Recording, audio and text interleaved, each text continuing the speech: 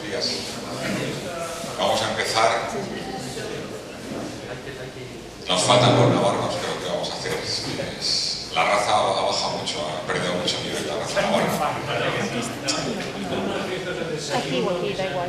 Claro, Siéntate aquí. pero es que por eso digo que ha bajado la raza, porque lo de desayuno era tradicional, pero el no llegar a la hora, eso no era, esa es la cuestión, eso es lo que ha... Bueno, vamos a empezar entonces la sesión de la mañana, que continúa un poco lo que empezamos ayer por la tarde, de presentaciones más temáticas, entre comillas, de aplicaciones de la ética ambiental en distintos ámbitos. Y vamos a iniciar con un tema especialmente, bueno, todos son a mi modo de ver especialmente muy relevantes, puesto que la cuestión de riesgos, tanto naturales como de alguna manera ocasionados por la actividad humana o fruto de la omisión de actividades humanas adecuadas, pues tienen un impacto humano y también ambiental muy severo, sin duda. Para ello he invitado a Jorge, que aparte de mi buen amigo, pues es una de las personas que más sabe en España sobre estos temas. Riesgos naturales tiene un manual publicado que es muy utilizado tanto aquí como en otros países. Es catedrático de la Universidad de Alicante de Geografía y ha sido, bueno, es decano en este momento. Tiene la desgracia de ser decano, joder, vamos a hacer eso, ¿qué pasa? Esto es como ser presidente de la comunidad de vecinos, o sea, te toca, a él le toca más a menudo de lo que los demás nos gustaría, porque se podría dedicar más a cosas que realmente son. Pero bueno, en fin, esto es lo que hay. Y nada, muchas gracias por venir, Jorge, adelante. Tienes a los chicos, incluso a los navarros, los tienes aquí, o sea que adelante.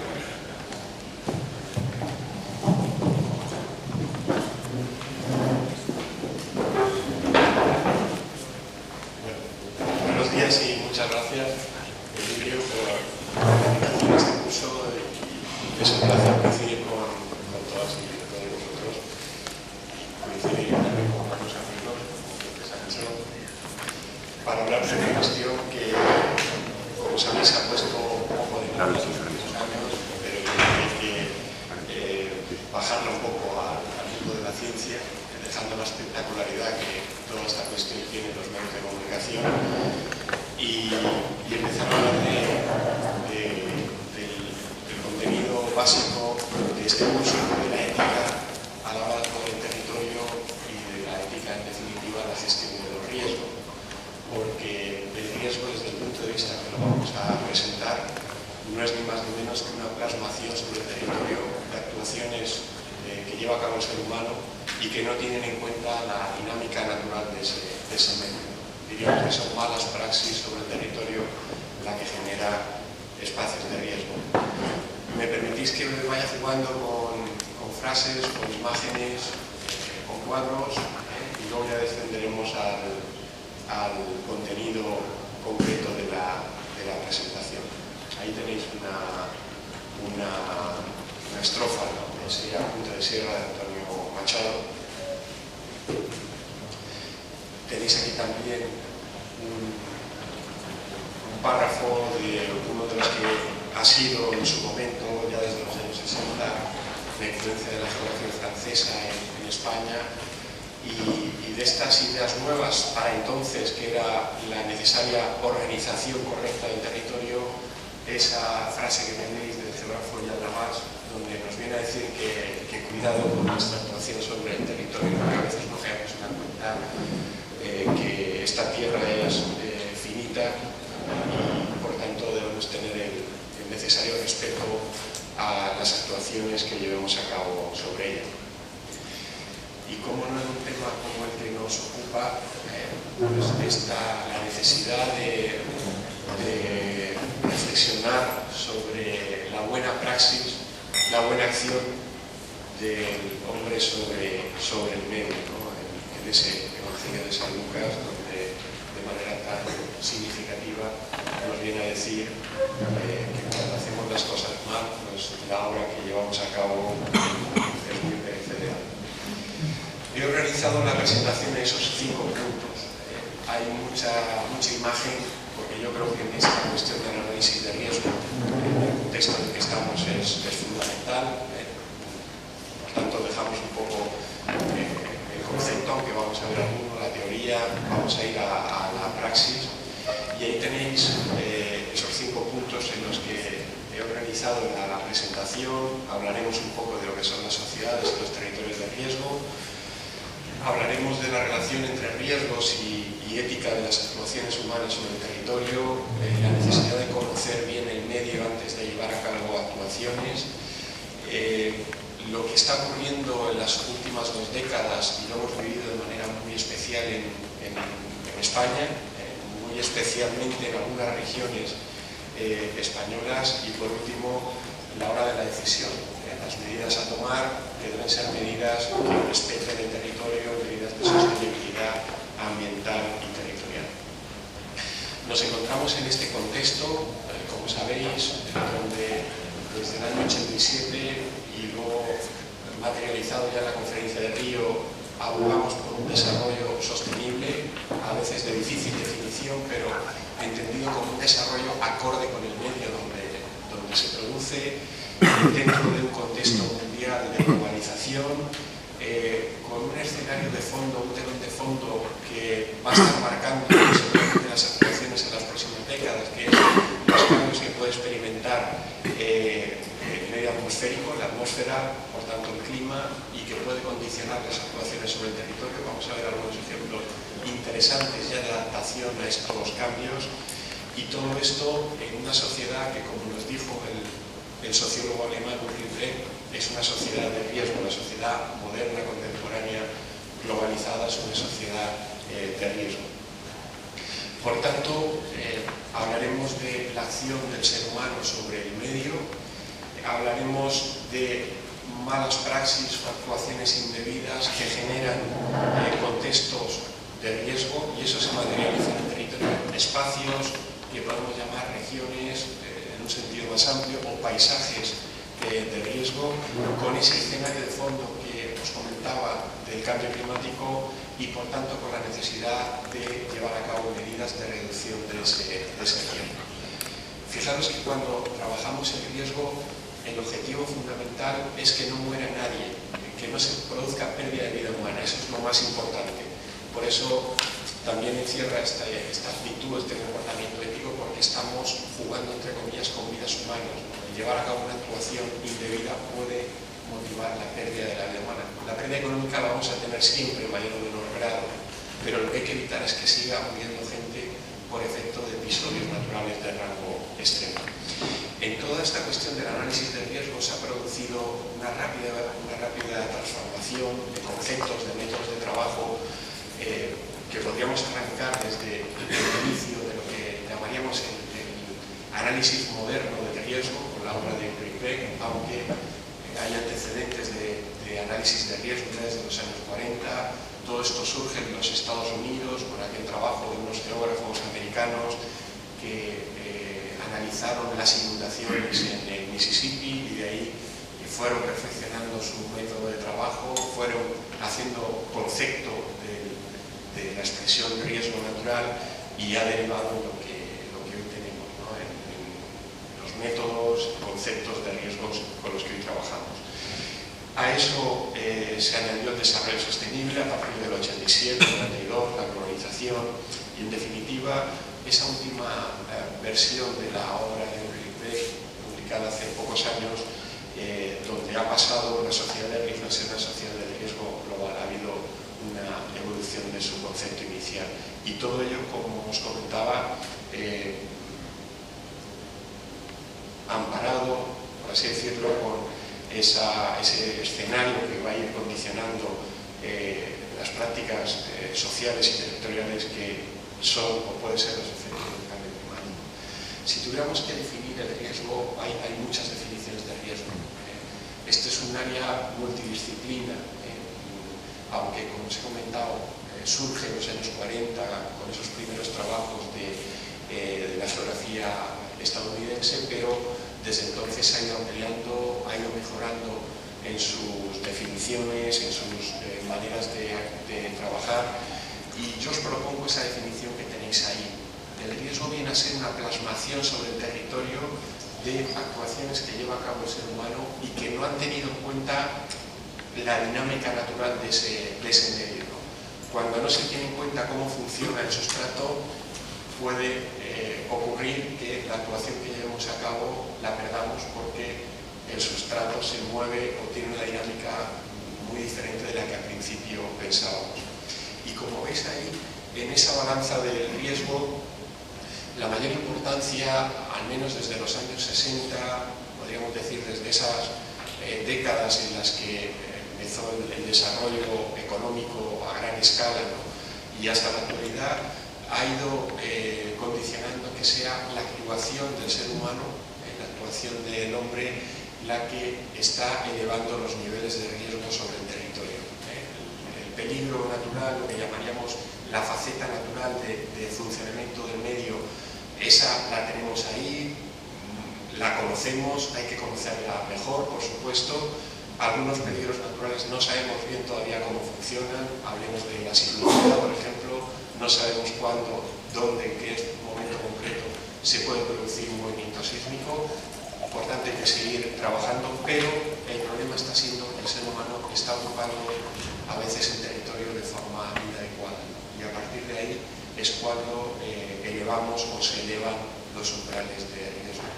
Una idea fundamental es que no trabajaríamos, no analizaríamos el riesgo sin la acción del ser humano, si no hablaríamos del funcionamiento, de la dinámica extrema de la naturaleza, etc. Cuando el ser humano está sobre el territorio, actuando a veces de manera indebida, es cuando podemos analizar, trabajar, gestionar en definitiva el riesgo. Y fijaros que la cuestión tiene importancia porque en sociedades desarrolladas el espacio geográfico está sometido a cambios constantes. Ahí tenéis cómo puede evolucionar un espacio de la costa española en apenas 30 años, ¿no?, la transformación tan intensa que se hace sobre el territorio. Si a eso unimos que en ocasiones por desconocimiento o a veces a sabiendas transformamos el territorio de forma indebida, creamos espacios de riesgo. Por tanto, el territorio, el espacio geográfico tiene esa doble transformación, ¿no? Y también tenemos que tener en cuenta lo que puede venir en el futuro, ¿no? Cómo puede afectar una subida de temperaturas al funcionamiento de una sociedad. Quizá en esta cuestión la transmisión que hasta ahora se ha hecho del cambio climático no ha sido la más adecuada, ¿no? Sobre todo porque a la sociedad se le ha transmitido una sensación de que ya no hay nada que hacer, de que el cambio climático es algo que nos va a venir y va a ser muy malo para la Tierra, y efectivamente todo lo que se ponga a cambios en el medio gaseoso forzados por la mano del hombre no van a ser buenos, pero hay un margen de maniobra para poder actuar, ¿no?, para poder reaccionar ante ello. Por tanto, ahora lo veremos con casos concretos, podemos planificar nuestras actuaciones teniendo en cuenta también el cambio climático. En definitiva, podríamos decir que estamos en un momento histórico interesante. Podríamos señalar que se están creando los territorios del cambio global, porque son territorios en las sociedades desarrolladas muy dinámicos, sometidos a cambios constantes, por tanto, especialmente sensibles a llevar a cabo actuaciones que no correspondan con el funcionamiento natural de ese medio. Por eso tenemos que estar especialmente vigilantes en la transformación de esos territorios. En definitiva, toda la presentación y los ejemplos que os voy a mostrar, lo que quieren transmitir es que la planificación territorial que llevemos a cabo a diferentes escalas tiene que tener en cuenta estos aspectos, ¿no? Me diréis, ¿no se lleva en cuenta? En algunos países o regiones del mundo sí ha empezado hace algunos años, en otros no. Cuesta mucho incorporar estos conceptos, aunque sabemos que a veces tienen impacto social, económico importante, pero cuesta mucho incorporar estos conceptos en lo que llamaríamos la planificación, la ordenación sostenible, racional del territorio. El concepto de riesgo y su análisis ha pasado por esos cambios fundamentales en las últimas décadas, ¿no? Hemos pasado de analizar la catástrofe en sentido estricto a analizar el riesgo. Hemos pasado, por tanto, de analizar los peligros naturales, la parte natural, a preocuparnos sobre todo de la parte social, ¿no?, de cómo los grupos sociales ocupan el territorio y cómo eso puede tener efecto en una mayor o menor repercusión de un evento extremo. Han aparecido nuevos conceptos. Hoy en día hay muchos informes internacionales desde las Naciones Unidas que nos hablan de la resiliencia de los territorios, ¿no? Territorios resilientes, es decir, aquellos que tienen capacidad de recuperar su estado inicial una vez que ha ocurrido allí un evento extremo. Aparecen muchos conceptos de análisis espacial, la geografía de los riesgos, las regiones de riesgo, los territorios, sociedades y territorios con riesgo. Y el último paso ha sido que en el cuarto informe IPCC, en el 2007, por primera vez en un informe IPCC se incluye el riesgo como una resultante posible del cambio climático. Y efectivamente en algunas regiones del mundo lo que llamaríamos el proceso de calentamiento planetario, de modificación del balance energético terrestre a escala regional puede llevar a cabo una incentivación de los extremos atmosféricos, ¿no? Por tanto, sí que hablaríamos de esa relación entre cambio climático y riesgos vinculados con la atmósfera. Todo parte, como decimos, en la versión moderna del análisis de riesgo de la obra de Ulrich Beck, la primera edición del 86, después de la catástrofe de Chernóbil. Se tradujo al castellano algunos años después, ahí tenéis la primera edición en castellano, que fue del año 91, y hay una frase que yo destaco siempre en negrita, que me parece muy significativa, ¿no? de las ideas de Ulrich Beck. El riesgo es algo imperceptible. Cuando trabajamos con riesgo, valoramos, analizamos el riesgo, trabajamos con posibilidades de que ocurra un evento extremo y que afecte a un territorio. Sin embargo, frente a eso está la riqueza perceptible, es decir, el motor económico o las ideas económicas que mueven un territorio, una sociedad. Claro, en principio, la parte invisible no parece que vaya a ganar esa apuesta, ¿no? A la hora de planificar un territorio, y sin embargo, es la que suele ganar porque aunque no ocurra hoy, puede ocurrir mañana, dentro de 5 o 10 años, siempre acontece un evento extremo que nos pone de manifiesto que nuestras actuaciones, pensando en la lógica inmediata de transformar rápidamente el territorio, de ganar dinero, a veces de manera especulativa, puede tener un efecto contradictorio. Podemos entender también el riesgo en la concepción aristotélica del acto y la potencia, ¿no? Como sabéis, el acto sería el evento ya ocurrido, que en función de su magnitud hablaríamos de catástrofe o desastre. El riesgo es una potencia, es una probabilidad de que ocurra un territorio. De ahí la necesidad de hacer los estudios de riesgo de una manera concienzuda, porque no estamos trabajando sobre algo que ha ocurrido y actuamos sobre ello. Estamos trabajando sobre evolución de futuro en ese territorio, y por eso hay que hacerlo especialmente bien.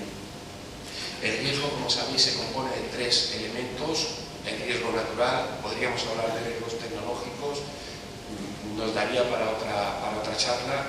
Centrando el tema del riesgo, la peligrosidad natural, hablaríamos del riesgo integrado por esos 3 componentes: peligro natural, una lluvia torrencial, una sequía importante, un temporal de viento fuerte, la vulnerabilidad, es decir, el grupo social que puede ser afectado por ese evento extremo, y el territorio que va a sufrir los efectos, que puede sufrir los efectos de ese evento extremo, que es la exposición. A partir de aquí han surgido nuevos conceptos: la resistencia de un territorio, la resiliencia, cuánto de resistente, cuánto de resiliente es un territorio.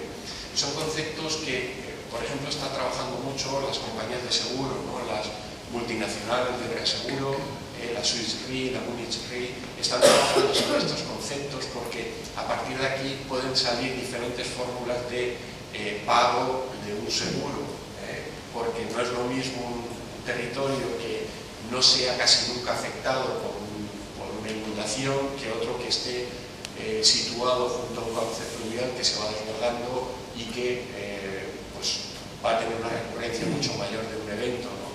O no es lo mismo que esto ocurra en un país menos avanzado, menos desarrollado, que en un país desarrollado, ¿no? Que tiene una capacidad económica para surgir o volver a su estado inicial. Como os digo, hemos pasado del análisis meramente físico al análisis socioeconómico, ¿no? Y territorial. Yo creo que esta ha sido una de las apuestas importantes y en el marco del curso en el que estamos, una de las motivaciones fundamentales que hoy en día tiene el análisis de riesgo.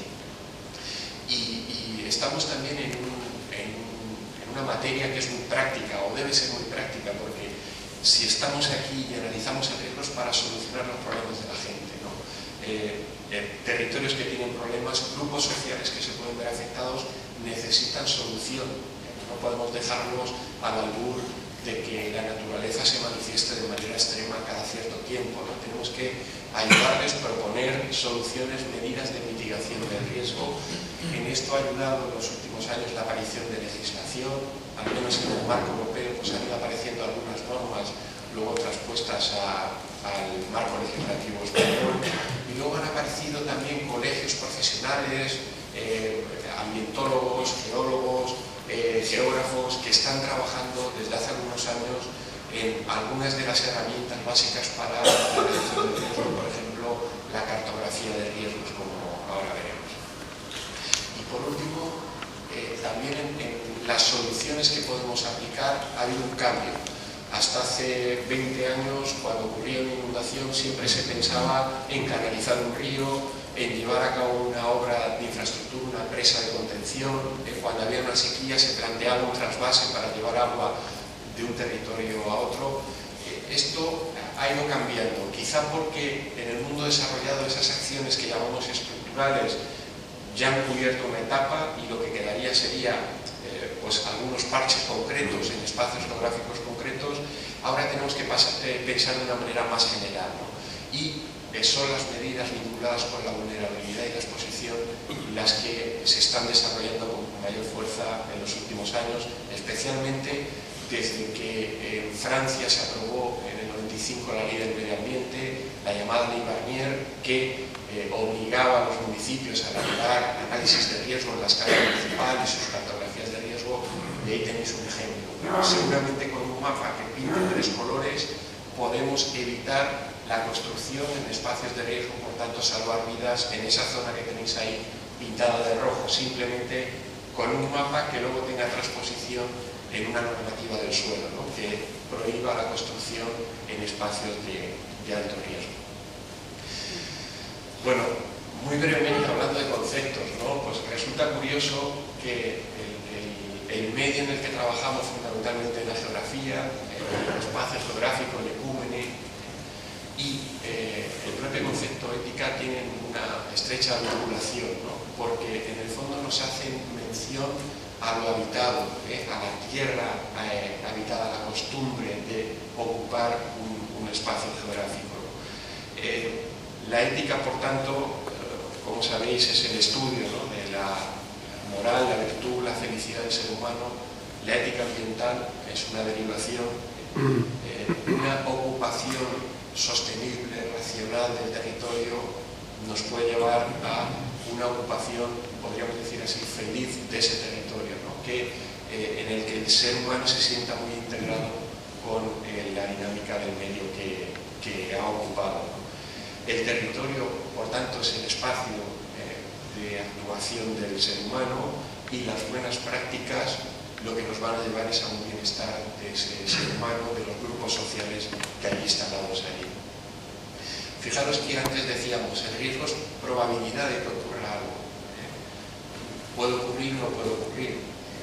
Ya el análisis científico específico nos determinará el porcentaje de ocurrencia, ¿no? el nivel o el grado de ocurrencia, pero eso no es culpa, como os pongo ahí, de la responsabilidad que tenemos de hacer las cosas bien, ¿no?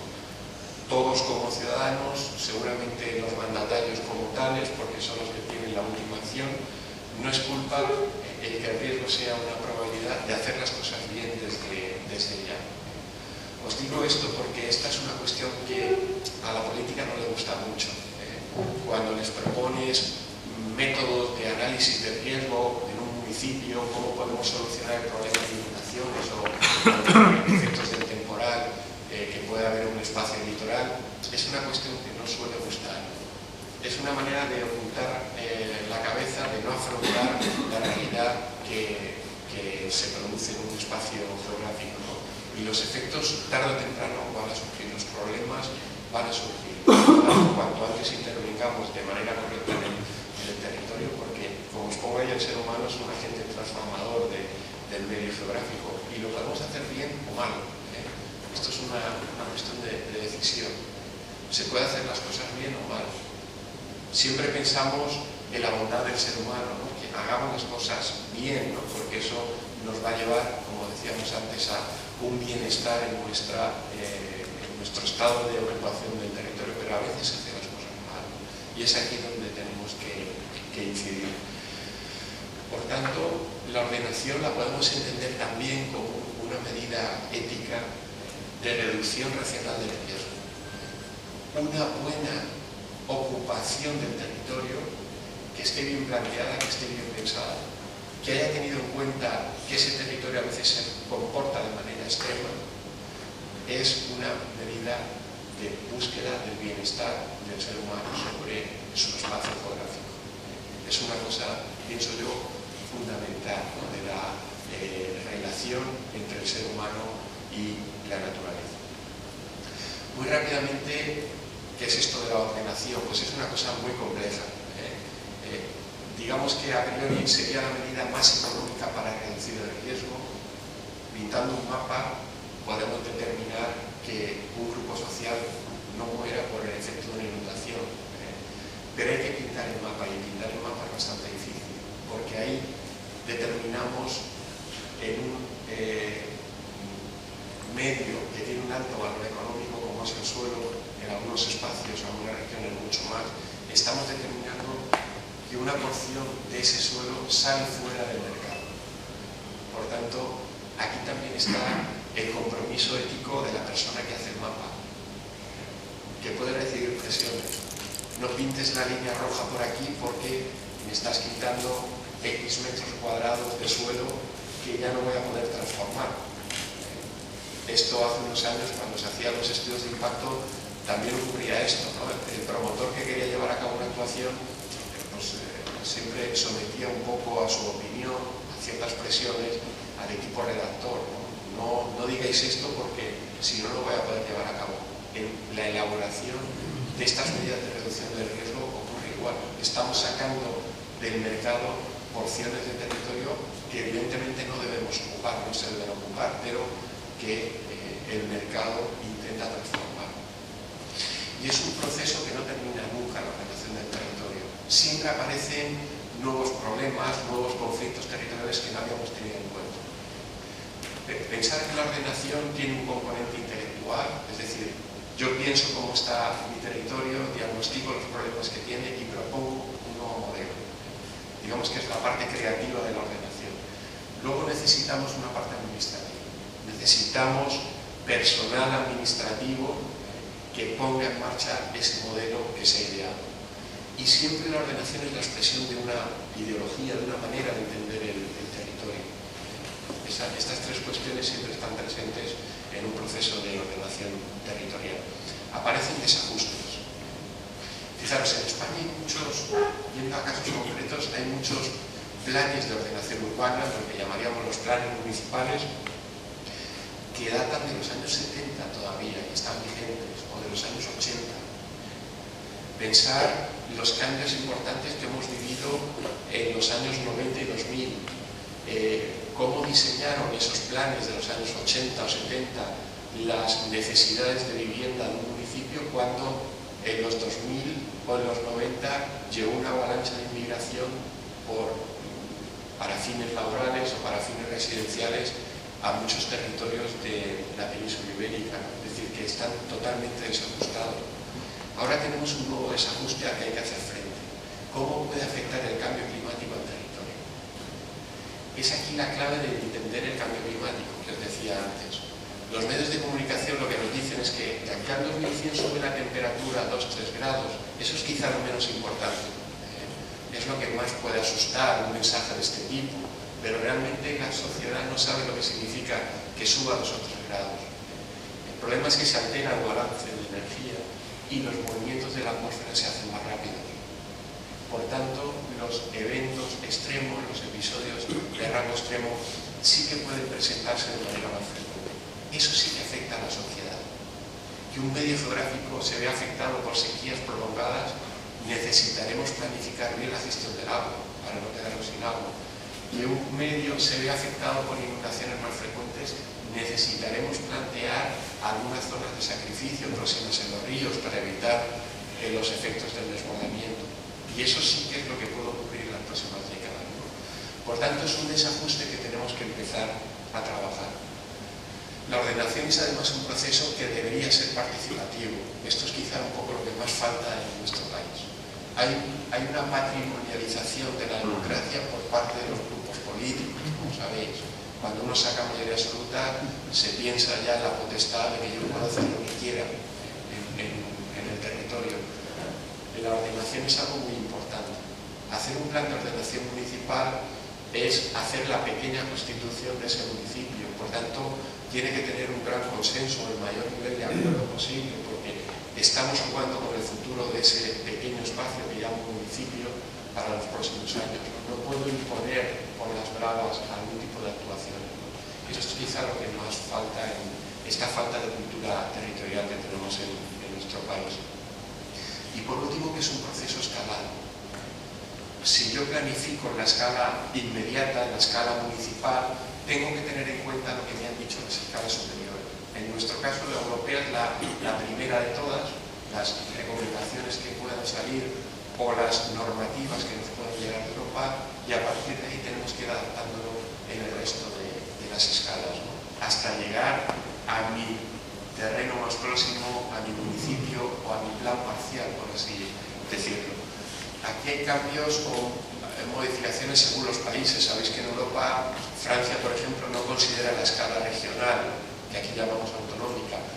En España, la escala autonómica es la fundamental para la ordenación del territorio. La Constitución cedió todas las competencias de planificación, de medio ambiente y del territorio a las comunidades autónomas. Por tanto, estas deben hacerlo bien, debemos exigir que lo hagan bien. ¿Qué ha pasado en los últimos años? ¿Por qué hablamos del territorio en conflicto? Porque esta jerarquía se ha roto. Desde los años 90, que había obligación por parte de las comunidades autónomas de elaborar planes de ordenación territorial que marcaran las grandes líneas de actuación en una región, que establecieron unos umbrales que no se deberían rebasar o no se podrían rebasar por parte de los ayuntamientos. Muchas de esas comunidades autónomas no han hecho los deberes. Y desde ese momento la escala local se convierte en la protagonista de la ordenación del territorio. Y esto es una perversión de la jerarquía lógica racional que debería llevar la ordenación del territorio. La escala local no puede ser la protagonista. Es una escala subsidiaria. Es una escala importante, pero es una escala subsidiaria. Al convertirse en la protagonista es cuando han aparecido los problemas de planificación y el aumento de los niveles de riesgo territorial que hemos detectado en muchas partes de la península ibérica. ¿Quién nos dice como marco referencial cómo se debe ordenar el territorio? Europa aprobó en el año 99 la estrategia territorial europea, como sabéis. Esa estrategia marcaba unos objetivos y uno de ellos claramente era un objetivo ambiental. Desarrollo territorial sostenible. Fue el primer documento que se aprobó en todo el mundo que intentaba aplicar el desarrollo sostenible a una parcela concreta del territorio. Por eso se abogó por un desarrollo territorial sostenible. Tuvo solamente un problema, y es que la estrategia territorial no fue directiva, no fue una norma jurídica europea, es un documento orientador de recomendación. Por tanto, hay países que sí que la han ido adaptando y adoptando, hay otros que nos ha costado más adaptar los principios de la estrategia. Y la estrategia se ha materializado en dos agendas hasta ahora, la del 2007 y la del 2011 con objetivo 2020. En las dos siempre hemos encontrado un gran objetivo vinculado con la necesaria planificación territorial. Estamos hablando de una agenda territorial, teniendo en cuenta el cambio climático y los riesgos que vienen vinculados a él. Y además con una gestión transeuropea. Ayer lo comentábamos en la cena con Javier, que esto de los riesgos no termina en el límite municipal o autonómico o nacional. A veces hay riesgos que son transfronterizos y hay que adoptar medidas políticas para intentar reducir sus efectos en el ámbito europeo. Aquí tenéis la agenda aprobada durante la presidencia de Hungría con objetivo 2020 y el objetivo 20, como veis, siempre señala la necesidad de planificar teniendo en cuenta los efectos posibles de los extremos naturales y del cambio climático. Por tanto, para cerrar este bloque, si yo planifico la escala local, que va a ser un poco el gran marco de trabajo que vamos a ver en las próximas décadas en los países europeos, la escala local es fundamental porque es la más próxima al ciudadano, donde realmente yo puedo aplicar medidas que van a verse materializadas en la práctica. Si yo planifico la escala local, tengo que tener en cuenta las dos escalas superiores. En nuestro caso, la regional o autonómica y la escala europea. Como sabéis, en España la escala estatal no tiene competencias de ordenación del territorio.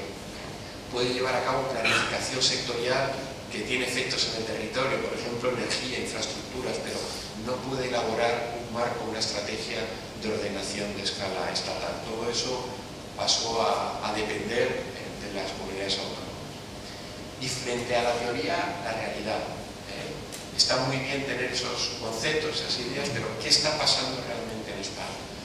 En el análisis que en los últimos años ha llevado a cabo el Observatorio de Medio Ambiente, la OSE, tenemos ahí en color verde más vivo, más oscuro, las comunidades autónomas que sí que han elaborado documentos o estrategias de ordenación del territorio. En verde más claro o amarillo, los que todavía no la tienen aprobada. Como veis, hay una gran porción del territorio español que todavía no tiene claro cuál debe ser su futuro territorial, no ha establecido sus objetivos territoriales. Quizá la cuestión es más llamativa en la escala local. Los colores que veis ahí, más amarillos, naranja, amarillo, significan planes de ordenación urbana más antiguos, aprobados antes de la Conferencia de Río del 92, o bien antes de la Ley del Suelo del 98, que fue la primera ley que incluyó la necesidad del tratamiento de riesgos naturales en la planificación urbanística. Por tanto, en la actualidad, cerca del 68%, 69% de los municipios españoles tienen planificación urbanística anterior a todos los documentos que nos obligan a llevar a cabo una ordenación racional, sensata, sostenible del territorio. Esto tiene su parte negativa, no estamos adaptados a esos principios. La parte positiva sería que aquí hay mucho trabajo por hacer. Hay mucho recorrido por hacer, porque toda esta planificación tiene que ir renovándose, tiene que ir revisándose. A partir de ahí podremos integrar ya los principios de planificación sostenible. Por tanto, no deberíamos, tenemos esa responsabilidad de no permitir planificaciones o documentos. A veces vemos noticias de prensa, se aprobó un gran plan cerca de un espacio natural, o que rebasa los límites de un espacio natural. Sigue habiendo barbaridades de estas en nuestro país.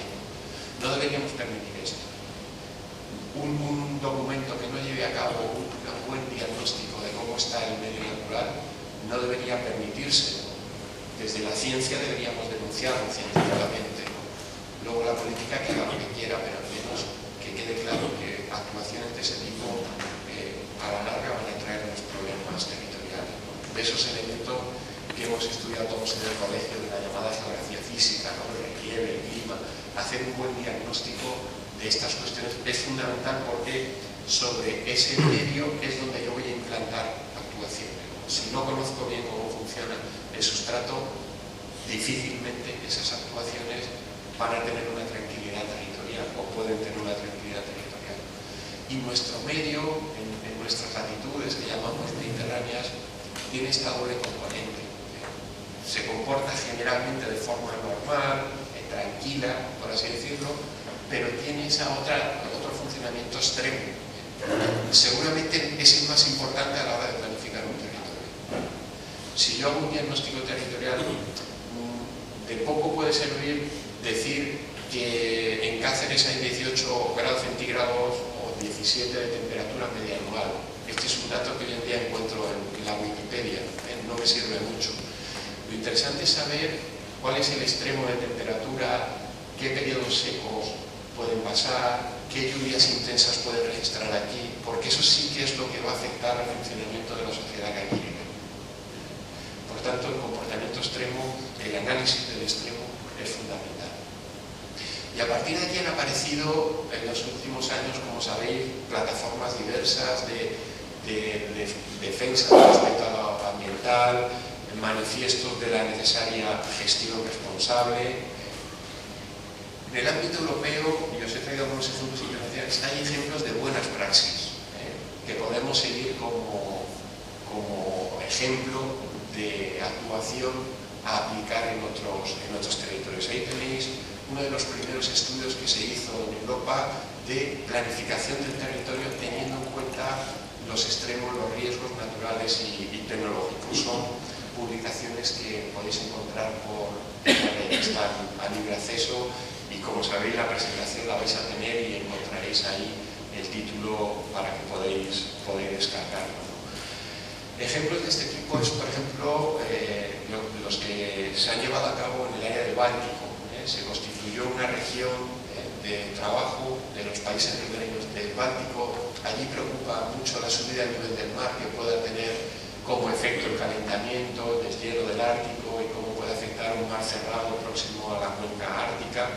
Y además de hacer el diagnóstico de la situación actual, se hacen propuestas de actuación en la escala local, propuestas concretas de retranqueo de viviendas de primera línea o de espacios que estén próximos a cauces, a espacios fluviales que puedan verse afectados por la inundación. Ahí tenéis un caso, en esta publicación lo podréis encontrar en la costa de Polonia o en la ciudad de Riga también, donde siempre lo primero es hacer un buen análisis, una cartografía de espacios problemáticos, ¿no? Esas zonas pintadas en color naranja o rojo tienen su determinación urbanística, ¿no? Hay que sacar las viviendas que haya implantadas allí de esos espacios de alto riesgo.